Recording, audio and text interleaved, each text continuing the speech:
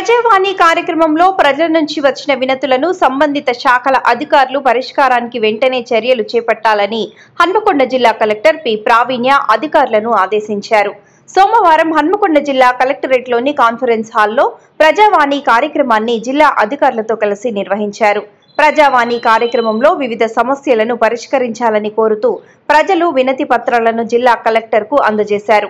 ఈ సందర్భంగా అక్కడే ఉన్న సంబంధిత శాఖల అధికారులను వినతులను పరిష్కరించాలని జిల్లా కలెక్టర్ సూచించారు.